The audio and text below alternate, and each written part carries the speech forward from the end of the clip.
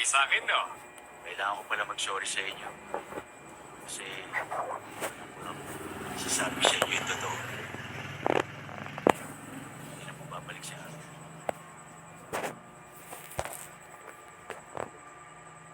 Teka, bakit daw?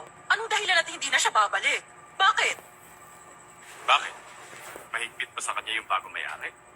Hindi po. Hindi po yun. Eh bakit nga daw? Kung hindi nasaktan ng bisikal, baka damdamin ng nasaktan. Baka naman nag-aaway kayo. Umamin ka nga sa akin. Basta, sabi niya, ayaw nang makasagabal sa pangalan. Ano naman ang dahilan at makakahadlang siya sa pangarap mo? Alam mo, Darren, napansin ko napakabait na tao ni Aubrey. Papagbigay pala siya. Ang kutob ko nga, meron siyang lihim na pagtingin sa'yo. Ibang-iba kasi ang kinikilos niya. Aakit na po ako. Good night po.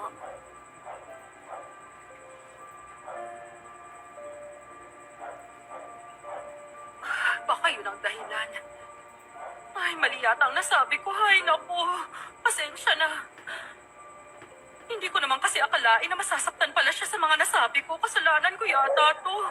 Paano yan? Ay, naku po. Ay, naku. Daryl, ano nga bang dahilan mo at nag-resign ka bilang consultant? Loko kang bata ka. Hindi ka pa ba natuto? Tingnan mo kami. Gusto mo ba matulad sa papa at mama mo na kawawa ang buhay? Ano po bang mali kung matulad ako sa inyo?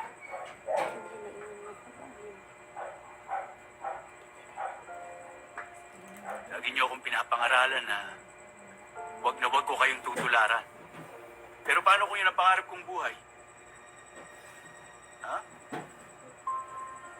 Para kayong asa't pusa kung mag-away. Pero sa kabila ng pagsubok, hindi niyo iniwan ang isa't isa. Kasi nangako kayo magmamahalan eh.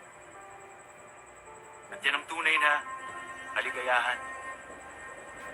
Yan ang buhay na dapat pangarapin. Pinapayak pa ako ng batang to. Tumayo ka na nga dyan. Pagbantay ka na dun sa store. Maghanap buhay ka na. Sige pa. Ay. Tama ang anak natin. Alam mo, feeling ko tuloy nagtagumpay na tayo bilang magulang. Ay, iba pala yung marinig mo sa anak mo na gusto niya mabuhay na tulad ng mama at papa niya. Diba? Ang saya. Walang katumbas yung paghanga niya sa buhay natin, no? Jackpot siya sa atin. Please, pa.